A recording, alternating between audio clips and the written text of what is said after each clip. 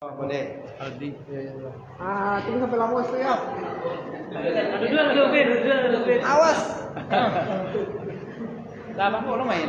Sudah main. Ini kain kafannya, ini terlalu kecil ya.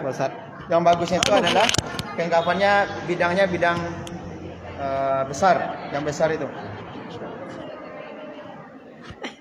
Tolong gunting. Aduh.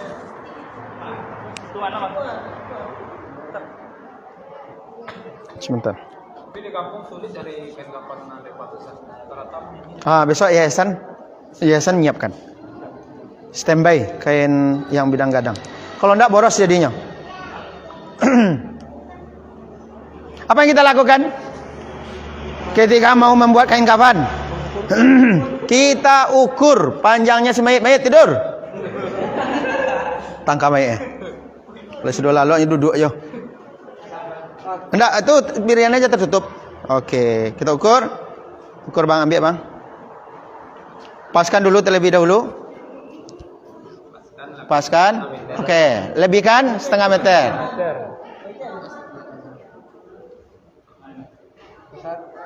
Lebihkan lagi. Oke, cukup itu. Cukup kan? Sabaronya itu untuk di kaki, sabaronya itu untuk di kepala. Cukup? Labian setek bang. Dah. Cukup tu ya. Tarik langsung. Tarik. Bagi orang yang ngurus kain kafan, aku bunyi kau nang tren lo deknya kau. Ya, kalau lah dicabik kain kafan tu apa cianya? Menjadi ratok setelah tu. Dia lah dicabik kain kafan. Cie. Seharusnya cie kau untuk lembaran pertama, karena kain kafan untuk laki-laki berapa? 3. Min ghairi qamisin wala imama. Nabi hanya dikafani dengan 3 helai tanpa ada bajunya dan tanpa ada serbannya. Jadi tidak pakai kupiah, tidak pakai serban, tidak pakai baju, hanya 3 helai. Kalau Nabi dikafani hanya dengan 3 helai, manusia yang paling mulia di dunia ini, ya kan? Maka apalagi orang setelahnya. Nabi menyatakan, idza kaffana ahadukum akhahu falyuhassin kafanahu. Ini hadisnya sudah kita sampaikan kemarin kan? Nabi menyatakan siapa di antara kalian yang mengkafani saudaranya, maka falyuhassin, perbaguslah cara mengkafaninya. Apa maksud perbagusnya itu? Standar bagus dalam mengkafani itu apa?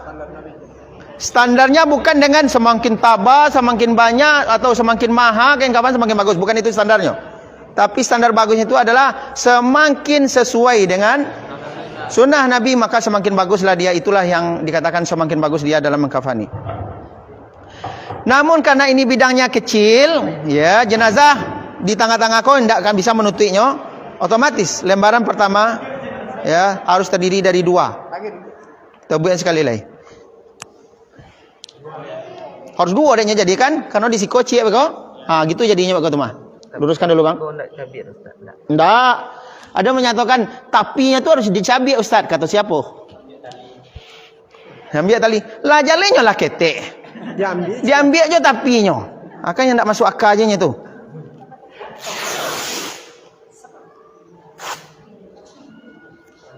Oke, kita bayangkan ya. Kalaupun tidak cukup nanti kita bayangkan. Mana nih? Enggak lebarkan seketek bang. Oke. Ini cukup kan? Ini dianggap 1 lembar. Di atasnya lagi, cukup enggak? Lah cukup.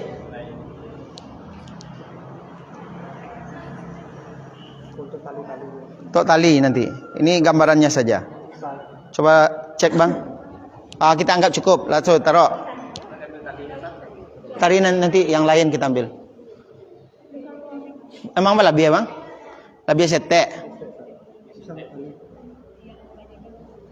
Ndak cukup pengabeknya beko. Kalau hanya kau ambil.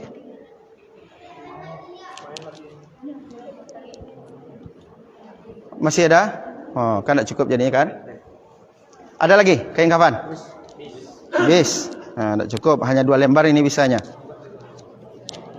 Ternyata ini pun juga tidak cukup. Enggak disamakan, geser ke siku sekete, paskan di tapi. Ini baru berapa lembar? 2 lembar. Seharusnya berapa? 3 lembar. Ya udah, kalau gitu kita kondisikan saja lagi.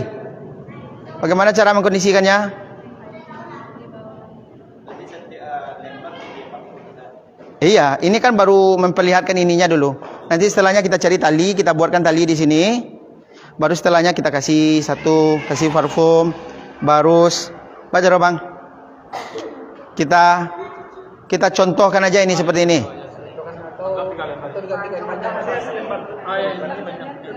Atau kita anggap ini sudah 3 lembar aja. Oke, sudah kita anggap 3 lembar saja. Tali dari mawak ambil. Le cukup. Iko. Oke.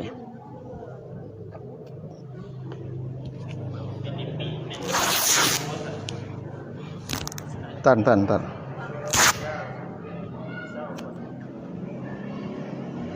Ketek-ketek saja.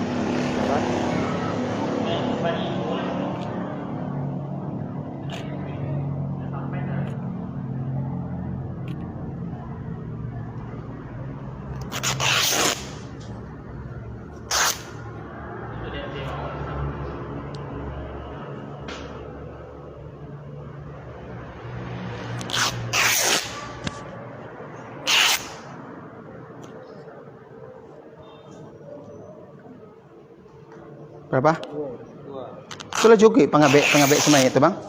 Enggak, yang bagian kepala pocongnya sama kaki bisa Ustaz. Yang enggak sampai badan.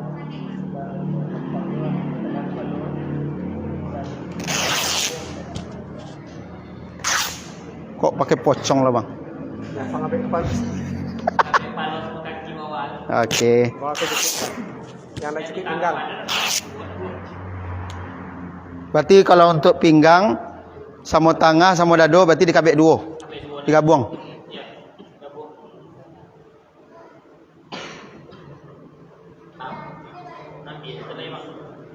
Ya, ambil celai. Sabar. Alai Ustaz. Ya.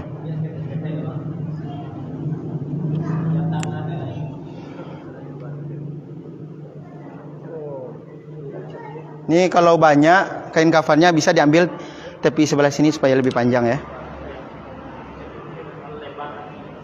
Kalau kain panjangnya banyak misalnya diambil khusus untuk itu saja.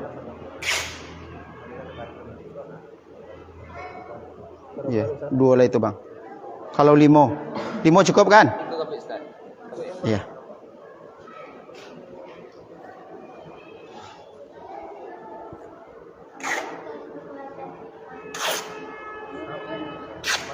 Oke, cukup. Baik, ini tolong pinggirkan dulu nih. Terus itu. Ada pilinnya biasa Ustaz. Tak perlu ke pilih-pilih. Ustaz. Perlu. Kita taruh pengikat yang paling panjang untuk di tengah.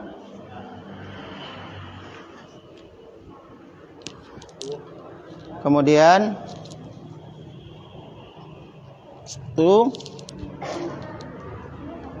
Kang 1 pengikat di atas kepala 1 kaki 1 belakang. Oke, kita ambil lembarannya, silakan.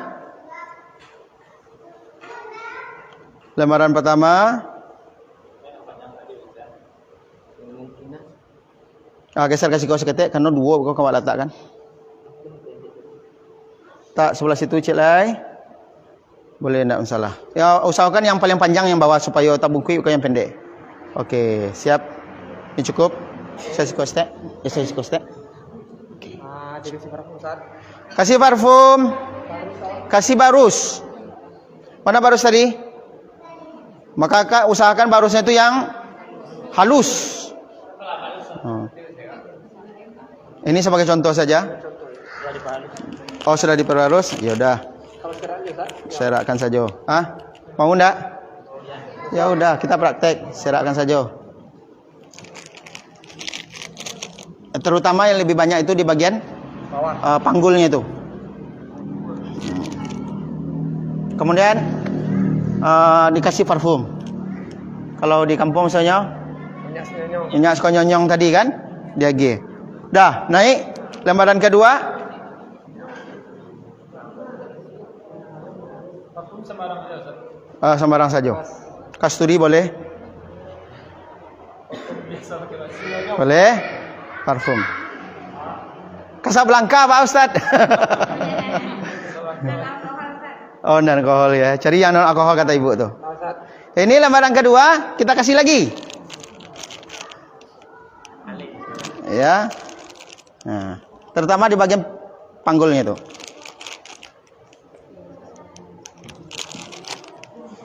Oke, kemudian tambah yang ketiga dilakukan lagi yang sama. Kemudian apa yang kita lakukan setelahnya? Lihat jenazahnya. Kalau seandainya jenazahnya itu orang yang sakitnya lama, yang dikhawatirkan akan masih mengalir cairan, bau yang tidak sedap segala macam, maka baru kita kasih kapas. Atau misalnya ini jenazahnya ini kecelakaan, ya kan?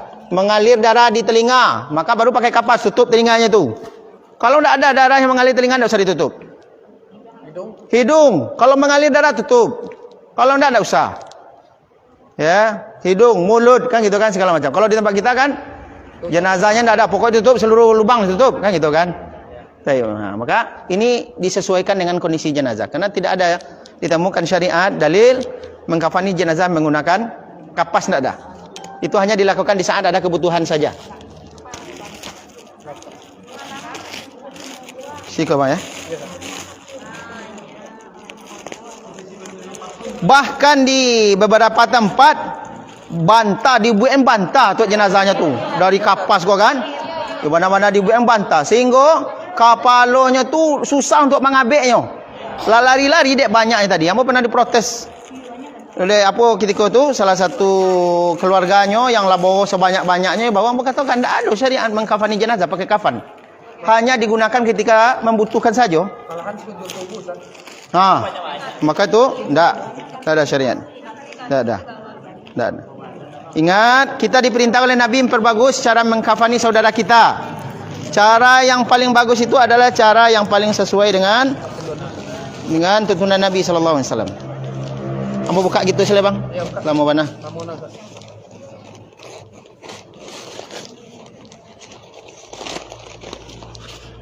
Ini kain kafannya ini bisa dibuka mana nih tepinya mana?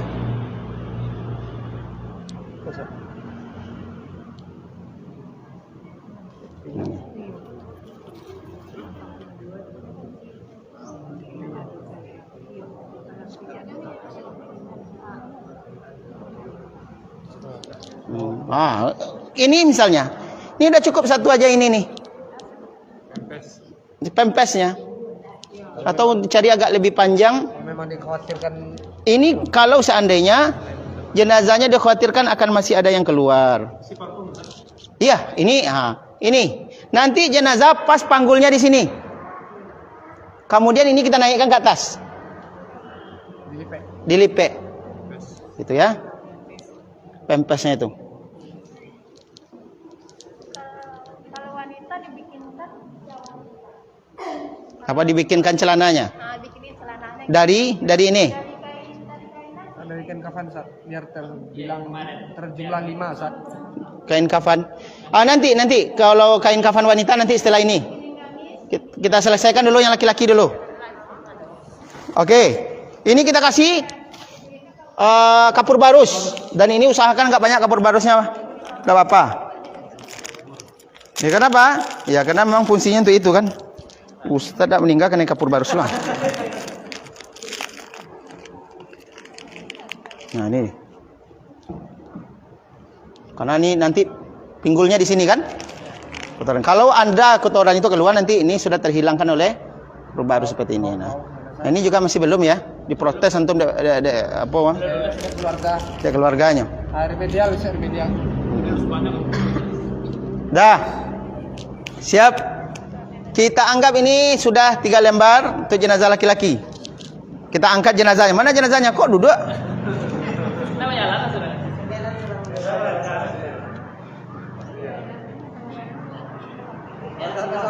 Hah? Oke, silakan diangkat. Antum lurus. Antum mau diangkat ini?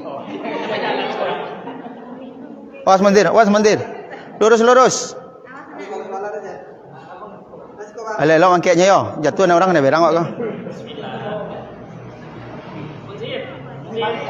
Bang. Kepalanya sini. Paskan panggulnya di situ. Geser ke atas sedikit. Oke, dah stop. Paskan. Jangan diangkat. Ada bampen dong. Balik. Bacakan panjang Ustaz. Enggak usah. Kemudian ini nanti Buka. oke, buka lah terus kata. Sasang. Ya. Nah, ini bisa diginikan saja. Kemudian ini ditarik. Karena sebagai apa? Ambo buka saja supaya terlihat. Ya. Nah, ini ditarik ke sini. Nah, gitu. Nanti kotor jalanan tu nak nak. Ikhlaskan saja. Ya. Nah, ini penyumbatnya tuh. Kalau seandainya ada kain kafan tersisa, dikasih tali di bawahnya boleh diikat. Kalau seandainya tidak diikat, tidak masalah. Nanti juga akan terikat oleh ini. Ya, tertutup, luruskan. Nah, tapi nanti ketika masang itu cukup diginikan aja. Tidak usah dibuka seperti tadi itu. Ginikan aja. Ya, gitu ya. Baik, kemudian setelah selesai apa? Kita pertemukan. Awas, kita pertemukan lembaran yang pertama. Pertemukan, jangan digitukan dulu. Temukan aja ini dulu. Diputar. Baru, ntar sampai di situ aja. Baru tarik dari bawah. Boleh searah, boleh enggak ada ketentuan khusus, enggak ada. Dari kepala lah supaya ikut enggak lapeh apa tadi. Bukan itu juragan. Kain kafannya. Ini yang tertariknya. Gitu. Ini kan tertutup gini. Tarik. Tarik. Nah, lepas yang pertama kan? Tangan itu mengako? Hah? Oh. Ya udah, ini nanti kita ikat aja. Oke. Dipaskan. Paskan untuk kepalanya agak dilonggarkan aja dikit. Ini dipaskan. Memang dipadatkan. Kalau enggak lapenya beko. Oke. Siap, paskan di ujung tuh, Bang. Di ujung itu dipaskan. Oke, pegang nih dulu. Kita lanjut bagian kedua. Boleh dilipat, boleh diluruskan. Yang menyatakan dilipat, kita menjadikannya posisinya posisi sholat. Yang menyatakan diluruskan, menyatakan bahwasanya asal tangan itu kiri dan kanan. Maka diposisikan kembali ke daripada posisi asalnya. Boleh keduanya, wallahu ta'ala alam, boleh keduanya itu. Antum luruskan nih dulu, jangan itu ini apa? Luruskan nih.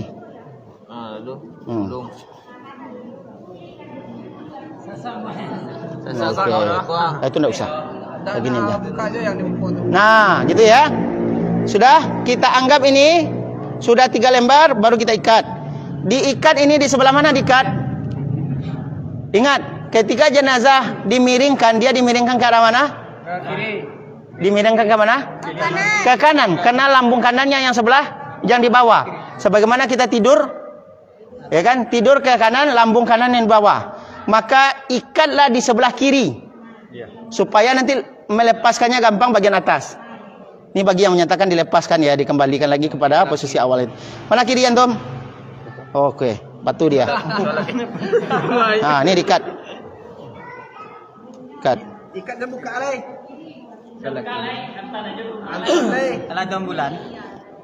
Jangan dekat dia mana. Kau jenazah tak sebenarnya jenazah ada kau. Ini di mana ini taruhnya nih? Seharusnya ini di dada ini. Ini di sini. Iko dilutik kau. Iko yang dilutik. Oke. Lah tu ikat di situ. Oke, skoci ya. Gitu. Oke, boleh. Ini di sini nih. Kabik mati bu, man. Ayo jangan ke kabeh mati. Supaya muka. Mencelote kawan beko di ke dalam kubur. Ini baca. Ini nama buka kan pocong. Baca Ustaz. Dan tagak kau macam oncek tu. Ini cara yang paling bagus itu.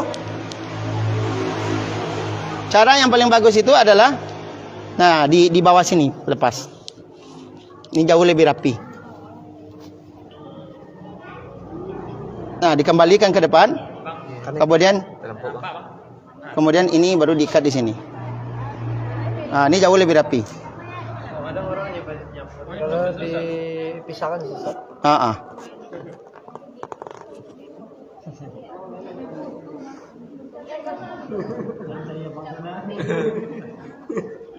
Nah gitu.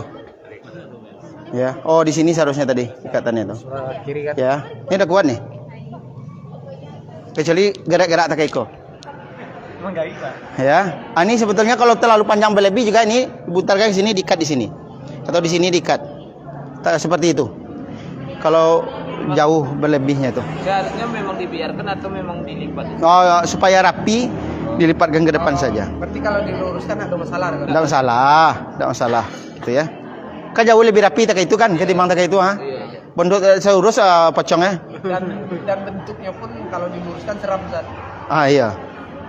Gitu. Kalau diikat berlaku kan enggak seram benar. Iya. Enggak ngeri benar. Baik. Ini kasih parfum Ustaz? Enggak. Tidak usah lagi kan tadi sudah. Selesai jenazah. Ya, ini untuk jenazah apa? Laki-laki. Baik.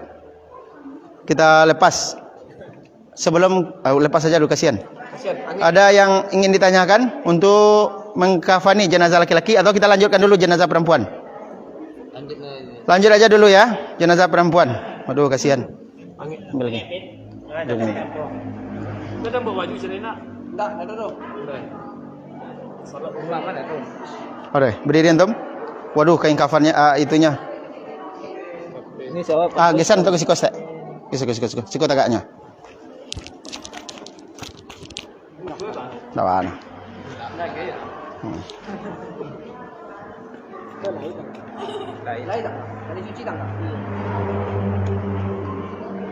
Baik, selesai jenazah laki-laki. Jenazah perempuan, ya bagian luarnya berapa? 2 bagian luar. Kemudian dibikinkan gamis 1 ya, sarungnya bahasa kitanya sarungnya. Kemudian nanti jubahnya 1 atau bajunya, kemudian jilbabnya 1, sehingga semuanya menjadi 5. 2 luar tambah sarung, tambah baju, tambah jilbab. Baca membek kain kafannya. Kain kafan tak cukup. Baik, tidak masalah. Kita simpan ini dulu. Iya, otomatis harus seperti itu. Ambil aja lampis paling bawah. Ini kita jadikan ini untuk jubah, untuk sarung, untuk jilbab 1. Dah, ini lepas saja nih bawah. Ini tidak apa-apa di bawah. Baik, perhatikan. Kita anggap ini sudah 2 lembar bagian dasar. Ya kan? Walaupun ini hanya 1, tapi kita anggap ini 2. Yang akan kita buat ke berikutnya apa? Sarung. Sarung dulu.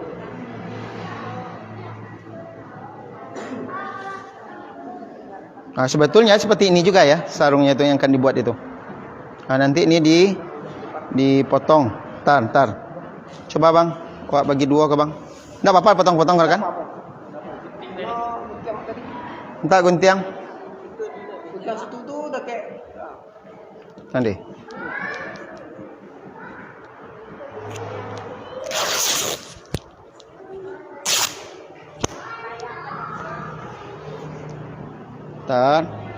Taruh sebelah sini. Ini apa ini?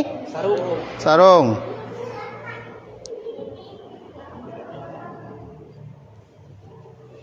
Oke, sarung. Sebetulnya harus sampai ke bawah atau disampaikan saja ke bawah, Bang. Sambungkan yang lain. Kemudian jubah. Gamisnya tuh. Tar. Karena ini berlebih, bisa kita buat jilbab sedikit di situ. Jilbab. Tak ada yang lain nak. Ganti kain panjang. Jilbabnya kain panjang aja. Tar. Kalau ini tujuan situ, pertemukan kau bang.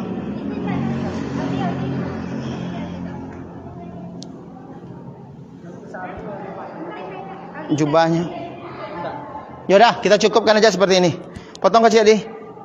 Kau diambil sebagian untuk jilbab. Potong di.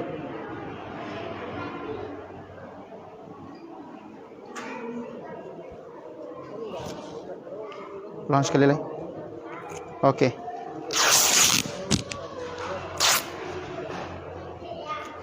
Ini kalau untuk jubahnya panjang ke belakang juga tidak apa-apa sebetulnya ya. Cara membuat baju atau jubah bagi wanita ini dipertemukan panjang. Perhatikan. Kemudian gabungkan bang. Besar. Lelai sama di bawahnya. Kemudian setelahnya itu ini kita gabungkan. Nah, ini dia bikin kerah baju si mayit. Tak perlu encak-encak mana. Tak perlu dibawa ke situ kan jahit. Mana? Penting. Ambil tuh, pegang ujung itu, gunting dari sini sampai sini.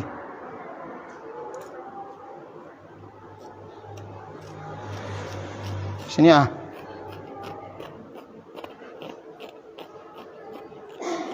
Oke. Nah, woi gadang le.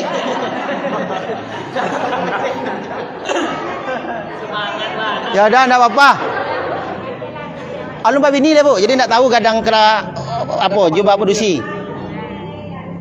Nah, ini kalau seandainya panjang ya, jubah kita ini kain kafan ini kita masih banyak tersisa panjang. Ini enggak sampai di sini. Ini kalau seperti ini bajunya seksi sekali nih. Harus terjulur sampai ke bawah. Biasa ibu-ibu pakai baju sampai ke siko gitu kan, ada sampai ke bawah enggak masalah. Berarti sampai ke bawah situ enggak masalah ya. Kemudian setelah selesai dua lapis ini apa? Kita gulung yang ini. Yang nih, yang satu ini kita gulung. Kita itu dulu, mana satu lagi tadi? Ini apa? Ini jilbab. Lah pandai membuat jilbab antum? Enggak pandai dah. Oh, kasihan. Ini kita gulung. Kita gulung yang bagian atas ini. Tolong Ahmad. Kita gulung. Terus. Oke, siap. Nah, dalam kondisi seperti ini. Mana mayat tadi? Siap?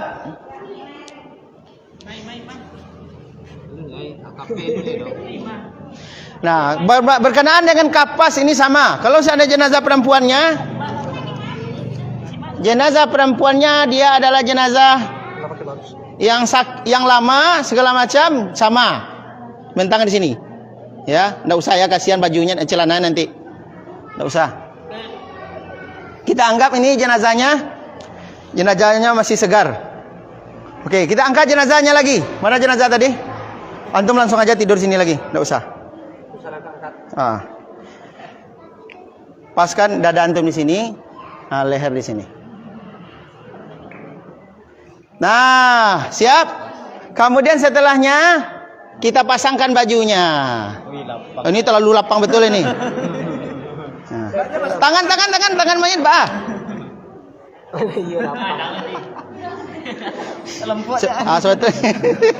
Sebetulnya ini tadi enggak selapang itu ya, seperti inilah. Cukupnya tadi. Ya, ini jilbabnya. Angkat kepala antum step. Oke. Nah, ini baru kita pasangkan jilbabnya. Kalau di apa? Kalau di Arab, karena mereka pakai burdah selama ini memang diginikan. Sadar. Iya. Diginikan. Tapi karena Indonesia pakai jilbab, ya. Tapi kalau akhwatnya misalnya bercadar selama ini, ya dibuatkan cadar seperti itu. Kalau seandainya enggak, ya udah sini aja. Awaskan itu dulu supaya bisa dilihat.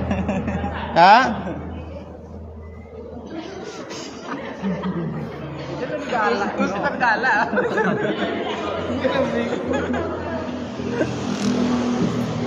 Nah. Oke. Ini dia posisi jilbabnya. Baru setelahnya kita gabungkan yang pertama. Hah? Oh ya. Oke. Sekarang pakaian lupa kita tadi. Jenazah kita ini dia masih itu kan? Masih pakai kain panjang. Ya kan? Nah, ini yang lupa kita tadi. Soal jenazah ke sini tanpa pakai kain. Terus bagaimana caranya Ustaz? Cara melepaskannya itu? Nah, ini belum dipasang. Masih di sini. Kemudian roknya tadi itu. Mana kain pakaiannya tadi? Awas hati-hati kena mukanya. Nah, anggap seperti ini ya. Ini enggak usah. Antum mau sarung ini yang panjang tadi itu, sebetulnya sarungnya ini sampai ke sini kan? Yang namanya sarung itu kan sampai ke pinggang. Iya. Sampai ke sini, ini ditutup terlebih dahulu. Kemudian atau ini juga dipasang setelahnya tuh. Ditutup seperti ini. Dalam kondisi seperti ini. Nah, ini baru kita tarik ini. Coba ditarik. Hah? Dari bawah. Enggak usah. Oh, ke belakang ya. Nah, tarik. Nah, gitu. Ya. Nah, ini baru. Setelahnya itu baru dipasangkan jilbab sebagaimana tadi. Atau mau pasang jilbab lagi?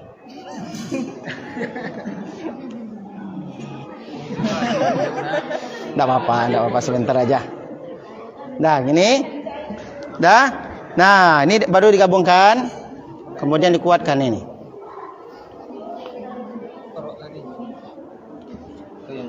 Nah, kan repot jadinya.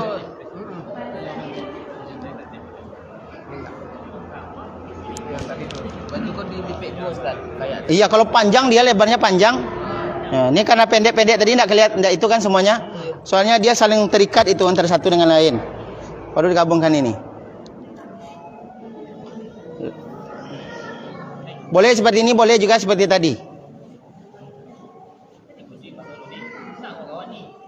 Oke. Apa-apa. Tadi belum balik.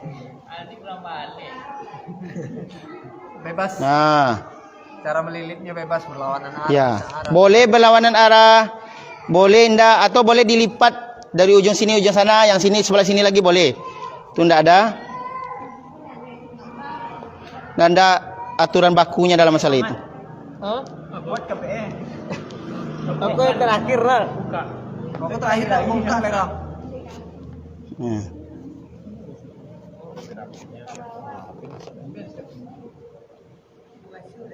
Lape kemana? Oh, enggak boleh kabel mati itu. Nah. Nah, ini dipilin dulu supaya rapi. Nah, gitu. Bentar. Ya. Kah, gini aja. Oke. Oke. Ya, nanti di depan juga seperti itu. Berarti paham Ibu ya? Ganji-ganjinya itu tadi itu karena keterbatasan pakaian. Soalnya izarnya tadi, sarungnya tadi itu panjang ke belakang. Kemudian di atas izarnya itu ada bajunya juga panjang ke belakang, gamisnya itu panjang ke belakang. Nah, sehingga ketika jenazah ditaruh, izar dengan gamis tadi telah menutupi auratnya, kemudian baru ditarik. Setelah selesai baru kita gabungkan seluruhnya seperti ini. Lihat bayang Ibu. Ya. Oke.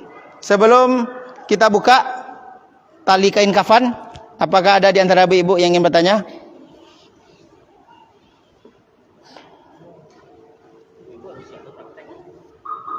Ayo coba nusa. Dia kamu ibu-ibu udah. Ya kamu ibu. Iya, di kalangan ibu-ibu aja oleh.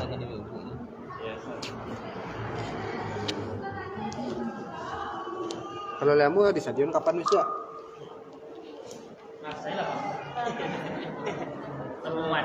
Jadi dari ini dua Ustaz.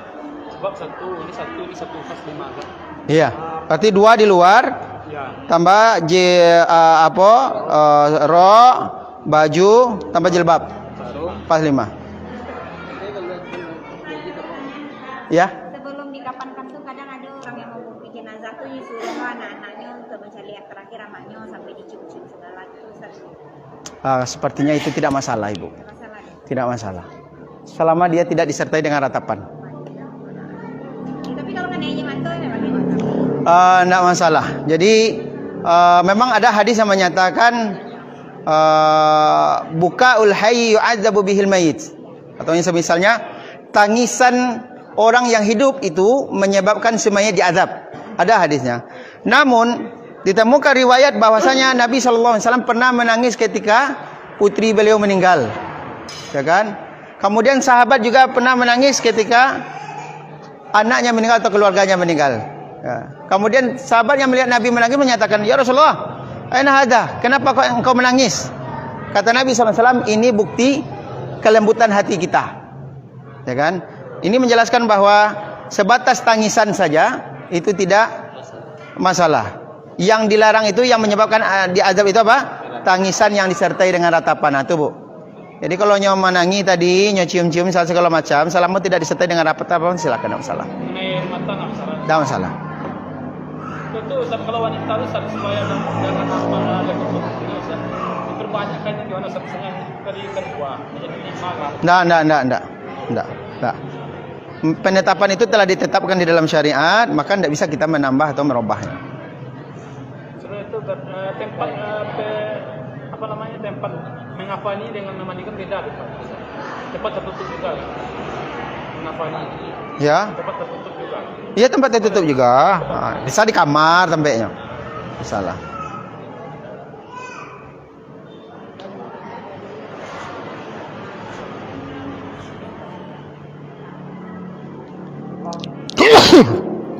Ambo sensitif aja barusan. Kalau yang mandi pakai kemenyan, ditaruh di situ kemenyan. Kenapa kok harus pakai kemenyan? Mungkin tidak ada parfum yang lain, mungkin kan? Tapi kemenyan itu dia baru mengeluarkan aroma kalau dibakar. Kalau ditaruh saja enggak. Maka enggak ada syariatnya kemenyan. Apalagi mitos tengah masyarakat kita dengan kemenyan itu sangat ini mistis sekali. Ada yang menyatakan asok kemenyan ko yang akan menyampaikan ke langit. Iya. Kalau enggak mau kabur doa, kalau enggak dibakar kemenyan. Kan gitu kan? Apalagi kok kemenyan dari Makkah. Itu damam namanya tuh. Nah, maka kita katakan itu enggak ada syariatnya. Tapi sebagian pemahaman malaikat itu suka yang harum. Ya malaikat itu kan makhluk gaib kan. Kita tidak tahu hakikat yang sebenarnya kecuali dengan dalil, dengan wahyu. Mana dalil yang menjelaskan bahwa malaikat itu suka dengan kemenyan? Enggak ada kan? Gitu. Wallahu taala alam. Baik, kita lanjutkan sebagai penutup.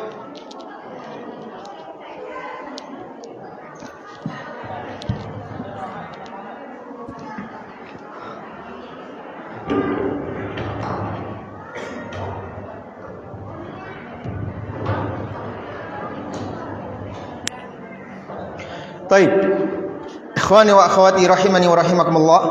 Alhamdulillah tak terasa kegiatan kita sudah berada di penghujung dan kita baru saja selesai mempraktekkan bagaimana cara memandikan dan mengkafani jenazah saudara kita. Sebagaimana yang telah berlalu dari materi-materi kita sampaikan bahwa banyak sekali keutamaan-keutamaan yang disebut oleh Nabi SAW di saat kita mengkafani jenazah saudara kita. Pun juga di saat kita memandikannya, apalagi di saat kita ikut menyolatkannya dan mengantarkannya ke pemakamannya, ikut menguburkannya dan seterusnya. Maka diharapkan kepada setiap kita yang telah memahami semua ini, hendaknya kita tamak dengan pahala. Hendaknya setiap kita antusias untuk mendapatkan keutamaan ini. Maka jangan sampai ada nanti pandangan-pandangan, ya, orang Bajanggu itu ilmu banyak tapi amalannya kosong. Ya, tidak dilarang di dalam Islam kalau seandainya ada saudara kita meninggal, tetangga kita meninggal, kita yang duluan datang. Kita datang ke situ, kita doakan, kita iringi dia sampai menyolatkan, kita ikut menyolatkan, kita antarkan kepada pemakamannya. Kalau seandainya ini yang kita lakukan, di samping manfaatnya akan kembali kepada kita, di mana kita akan mendapatkan pahala 2 qirat. Yang Nabi tak kala ditanya, "Wa mal qiratan?" Apa itu 2 qirat? Nabi menyatakan, "Mithlul jabalainil azimain." Pahalanya seperti 2 gunung yang besar. Asgharuhuma mithlu Uhudin. Yang mana ukuran terkecil dari gunung itu adalah sebesar gunung Uhud. Bayangkan pahala sebesar gunung Uhud. Ya. Baik. Selain dari kita mendapatkan keutamaan tersebut, ya, sekaligus ini akan menepis pandangan-pandangan miring dari masyarakat kaum muslimin. Ya, dengan demikian kita sudahlah pelaksanaan jenazahnya kita tidak datang. Ditambah lagi dengan mereka mengadakan bilangan hari awak boleh tidak akan datang. Kemudian apa kecilnya indak bermasyarakat orang berjanggu itu loh. Indak nyo hablum minallahnya bahasnya. Hablum minannas tidak ngertinya. Nah, ini kan di antara tuduhan-tuduhan yang diakibatkan oleh salahnya kita di dalam bertindak, di dalam berbuat. Maka kami rahmati Allah Subhanahu wa taala, tak kala Nabi sallallahu alaihi wasallam menyebutkan hadis ini, ya, apa kata sahabat Abdullah bin Umar? Sudah berapa banyak dari qirat-qirat pahala yang telah kita lewatkan? Ya, kenapa? Karena selama ini karena tidak tahu ya, keutamaannya sebesar itu, maka kita tidak terlalu antusias untuk menyolatkan jenazah. Ya, maka Abdullah bin Umar menyatakan sudah berapa dari qirat-qirat yang telah kita lewatkan. Maka jemaah rahmati Allah Subhanahu wa taala, hendaknya kita berusaha untuk mengamalkan sunnah-sunnah yang telah kita pelajari. Dengan kita amalkan, manfaat kembali kepada kita, dan secara tidak langsung kita juga akan mengajarkan dan mendakwahkan kepada orang-orang yang ada di sekitar kita. Ini fungsinya. Baik, terima kasih atas segala perhatian. Semoga daurah kita ini diberkahi oleh Allah Subhanahu wa taala. Dijadikan pertemuan kita ini adalah pertemuan yang diliputi oleh rahmat kasih sayang Allah Subhanahu wa taala. Kita senantiasa berdoa dan berharap kepada Allah, semoga Allah Subhanahu wa taala menggugurkan dosa-dosa kita dengan semua usaha kita ini, dan semoga Allah kumpulkan kita semua nanti di dalam surganya, di dalam surga Firdausil A'la, surga Firdaus yang paling tinggi, sebagaimana Allah telah kumpulkan kita pada momen-momen ini di masjid yang penuh berkah ini. Amin ya rabbal alamin. Dan barangkali kami cukupkan materi sampai di sini ya.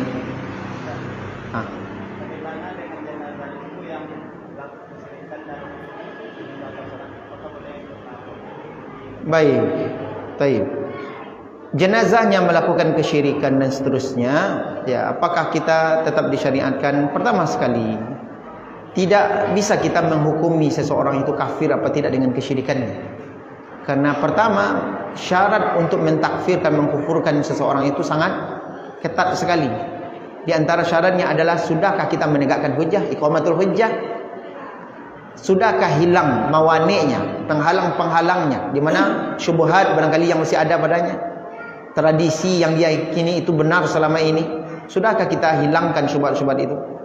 Kemudian yang ketiga, siapa orang yang bisa menetapkan seseorang kafir atau tidaknya itu? Ini tidak bisa sembarangan orang. Ya, maka secara umum ketika kita melihat dia salat, dia ketika bulan Ramadan puasa, walaupun terjatuh kepada kesyirikan dan segala macamnya, maka kami katakan kita tetap bermuamalahnya dengan zahirnya, di mana dia tetap dihukumi Islam.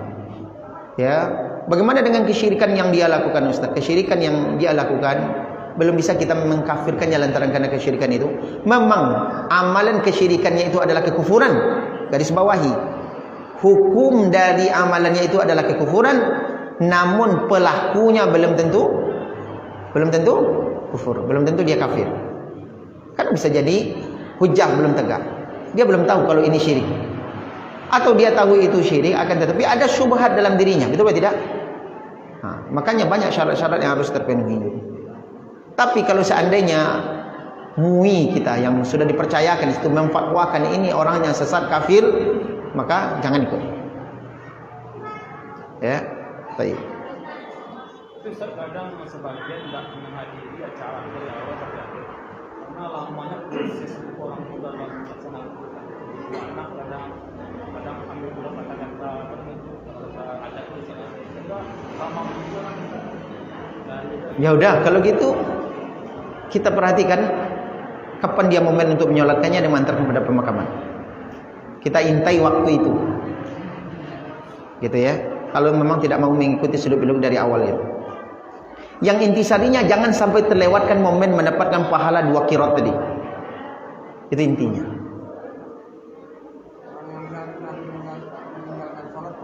Nah, hampir sama dengan kekufuran tadi. Khilaf di kalangan para ulama tentang hukum orang yang tidak sholat. Sebagian menyatakan orang yang tidak sholat itu kafir, baik dia melakukan karena malas, berdasarkan kepada keumuman hadis Nabi SAW, faman tarakaha faqad kafar. Siapa yang meninggalkan sholat maka dia kufur. Sebagian lagi menyatakan orang yang meninggalkannya lantaran karena malas, namun tetap meyakini kewajibannya, tidak kufur karena syahadatnya masih sah, namun dia terjatuh kepada dosa besar. Tapi kalau sudah dia ingkari kewajiban sholat, maka dia kufur, gitu ya. Tapi mana yang kuat dalam masalah ini? Syekh Muhammad bin Shalih Al-Utsaimin mendatangkan pendapat yang ketiga, dan ini jauh lebih bijak dalam masalah ini. Wallahu taala alam. Apa itu? Syekh menyatakan kalau seandainya orang tersebut sesekali dia tidak sholat, namun terkadang dia sholat, ya, maka kita katakan orang ini tidak kufur, karena tidak bisa dinamakan dia orang meninggalkan sholat. Sebagaimana dalam hadis faman tarakaha, siapa yang meninggalkannya. Kenapa tidak bisa dikatakan dia meninggalkannya? Karena terkadang dia masih sholat, gitu kan? Terkadang masih sholat. Maka kalau tidak sholat sama sekali, kata Syekh, baru dia dihukumi kufur. Namun kalau sesekali dia masih sholat atau sesekali dia tidak sholat, maka tetap dihukumi dia sebagai seorang muslim. Syekh memberikan pendapat pertengahan dalam masalah ini. Wallahu taala a'lam.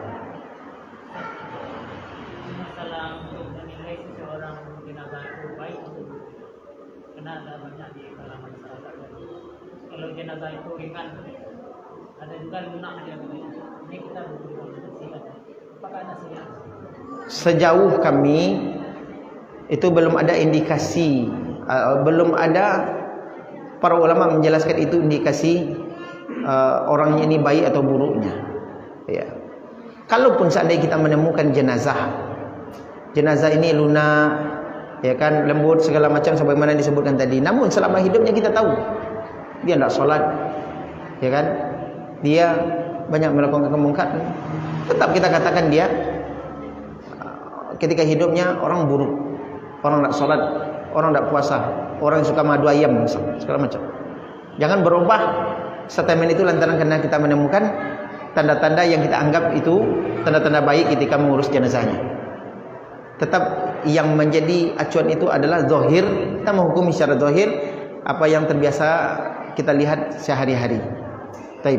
Kemudian jangan langsung kita menghukumi ketika kita mendapati ada jenazah misalnya kaku, gitu kan, bare segala macam tadi, kita wah kok bentuknya su'ul khotimah kok. Itu hanya sebatas tuduhan, ya. Dan belum kita temukan dalil bahwa itu menjadi indikasi mutlak kalau orang itu su'ul khotimah atau husnul khotimah. Belum kita temukan dalil, Pak. Ya. Wallahu taala alam.